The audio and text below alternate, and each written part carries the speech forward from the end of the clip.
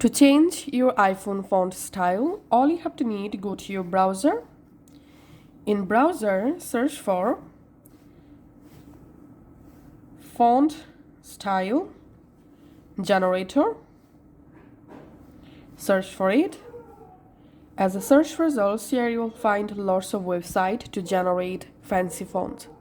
Just open any of the website. And now in this text box, paste or write the text.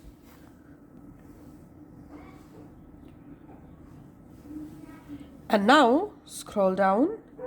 Here you will find lots of fancy fonts generated using your text. You can just have any of the font to copy. Now go back to your app where you want to use the fancy font. Now just go ahead and paste your copied font.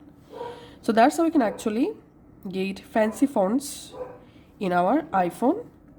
Thanks for watching.